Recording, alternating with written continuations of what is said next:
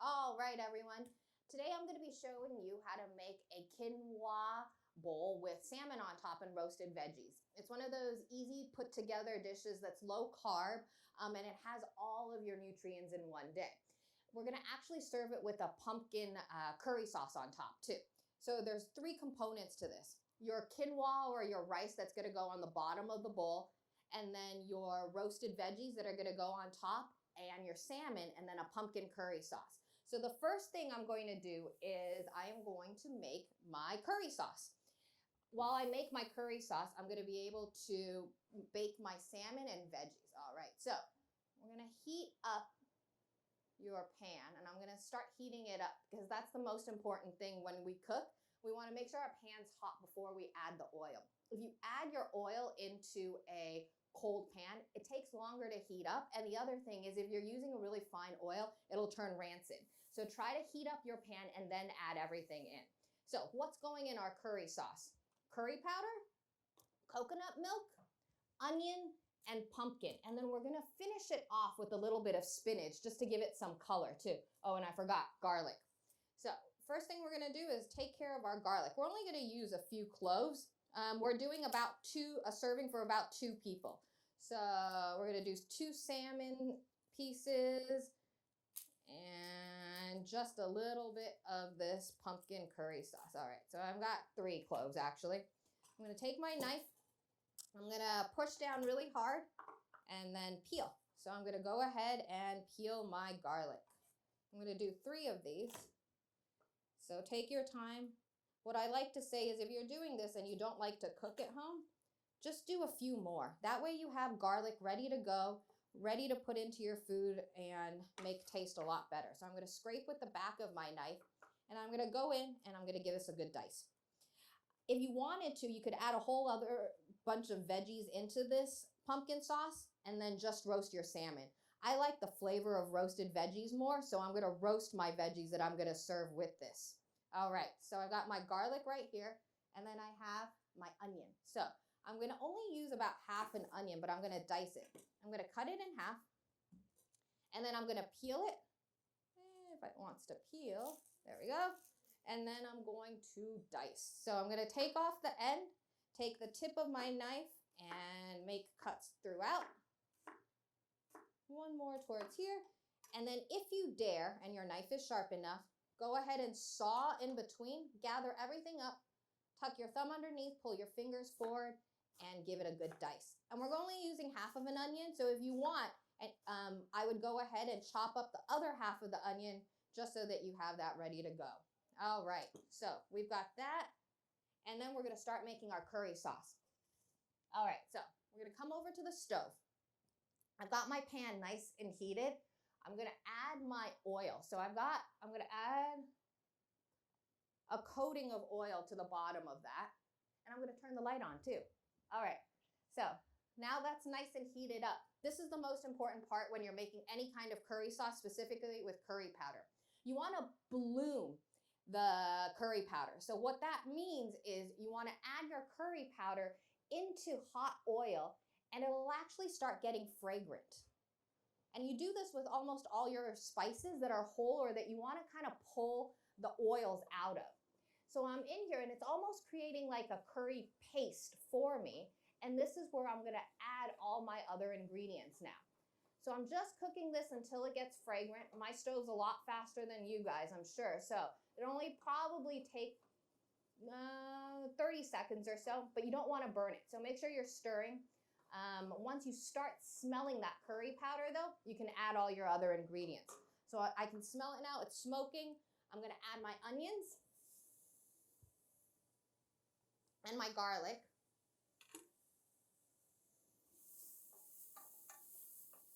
And I'm gonna stir that around just until the onions kind of turn translucent. That's all I'm waiting for. I don't need them to brown. I don't need them to do anything like that. I just want them to get soft and translucent. And we're there. Once you're there, you're gonna add your pumpkin puree. So I have about half a cup of pumpkin puree. And then I'm also gonna add half a cup of water.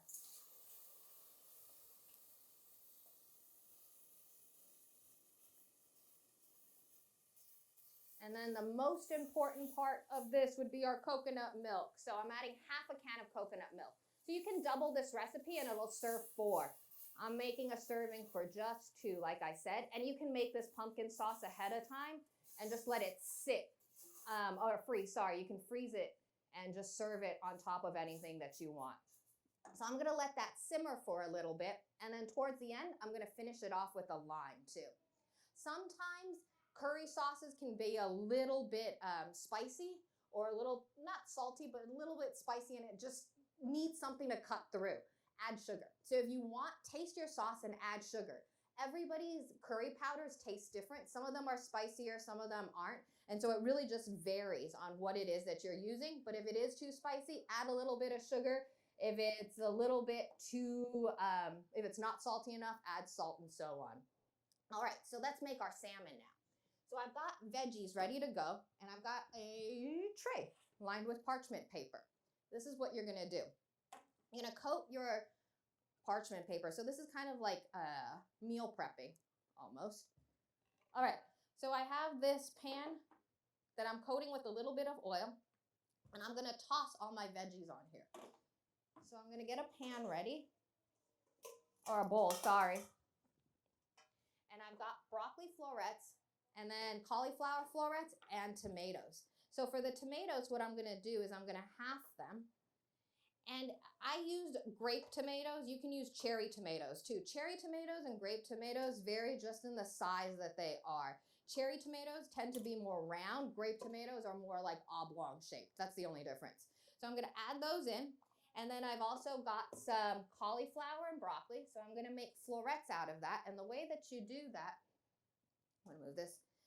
You take your tip of the knife and you push down and then pull forward, okay? What I don't want you to do is chop down like that, because then you get left with a whole bunch of waste. And it usually happens the most whenever you're using broccoli, sorry. Let me show you with the broccoli. Or you can just buy the florets already taken care of for you. So I'm gonna trim off one end, so just the stem. And if you want, add the stem in. The stem is great too. So if you take a broccoli and you cut it down all the way, you get left with waste. If you just take your knife and make an incision on the top of it and then pull forward, you don't have any waste there. So it just makes cleanup a lot easier, and it just makes things just a lot easier overall. All right, so I'm gonna mix that in. And then I've also got my red onion. I'm gonna add diced red onion, or like chopped red onion. Just like this. All right. So I'm gonna chop this guy off roughly, just so that you get like wedges out of it. And then we're gonna squirt a little bit of olive oil. And then we're gonna add a little bit of salt and pepper. Just like that. And I'm gonna give our sauce a good stir every once in a while. There's not really anything in there. We're just cooking that so that we get good flavor. And we're gonna give this a toss. So I'm gonna take that and I'm gonna put that all together. All right, so that is actually gonna go into a 400-degree oven for about 5 minutes. We're gonna take that out after 5 minutes, and then we're gonna put our salmon on top of that. So let me just talk to you quickly about the salmon and then show you what we're gonna do with that. So here's our salmon, beautiful salmon. We're gonna try to buy it with the skin on, because that actually creates a barrier and makes it easier to eat off of too. And then what I want you to do when you have your salmon is I want you to feel around for pin bones.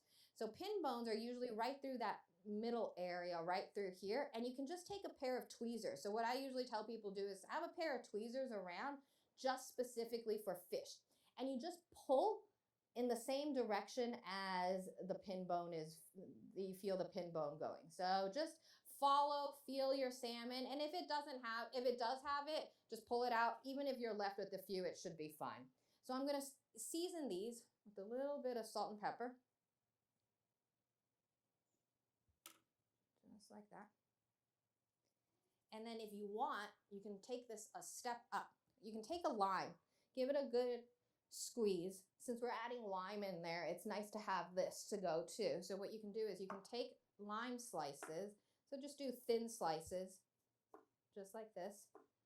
And then you're gonna actually place them on top of the salmon when you put it on top of the veggies. All right, so you're gonna layer them just like that on top. And I have veggies and salmon already made, so I'm gonna pretend that things are made, but I'm gonna show you what I'm gonna do. I'm gonna take my veggies out and pretend this has been magically in the oven for 10 minutes or so and it's starting to get good color. I'm gonna take my salmon and I'm gonna lay it right on top, just like that. Some people will go ahead and move the veggies aside. You can do that too, it's up to you. I like that the skin doesn't touch the bottom. It kind of gives it a good circulation of air to cook throughout the fish then. And then I'm gonna just squirt a little bit of olive oil, and if you want to take this a step up, you could even just add some butter. So you're gonna take that and pop it right back in the oven for about 5 to 8 minutes. And then you will magically have amazing salmon that doesn't have the lime on top, sorry. So the lime is extra if you want, but there's your salmon ready to go. And your veggies all nicely roasted. I have a bowl of quinoa and brown rice. Again, you can use anything. One of the best things to have with this is actually kasha. So if you've never had kasha, try to make it with some kasha too. So I've got that ready to go. I'm gonna layer it now. I'm gonna take my veggies.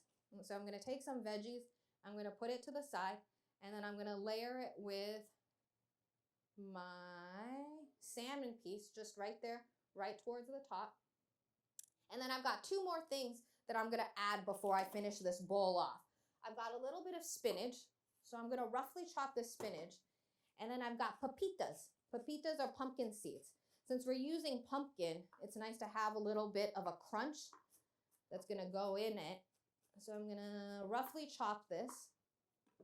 And then I'm also going to give my pepitas a rough chop with nuts. Just make sure you do it gently. Don't crush them too much, but this will give it a nice crunch towards the end when you're eating it. And then I'm going to add the spinach actually into my pumpkin sauce. So we're gonna come back over here. Our pumpkin sauce is nice and thick and creamy. We're gonna add our spinach in there, just like that. And we're just cooking this enough so that the spinach wilts. And so the residual heat will be enough most of the time. But if you wanted to, you could bring it back up to a boil and then season it with a little bit of salt. There's nothing in there that had salt in it, so you would need to add, or you can even add chicken stock. And there's that ready to go. So now I'm gonna take my sauce. I'm gonna ladle it right on top of my salmon and put it all over. And then garnish with a little bit of the pumpkin seeds. And there you have it, a salmon quinoa bowl with veggies and a pumpkin sauce, pumpkin curry sauce. Enjoy!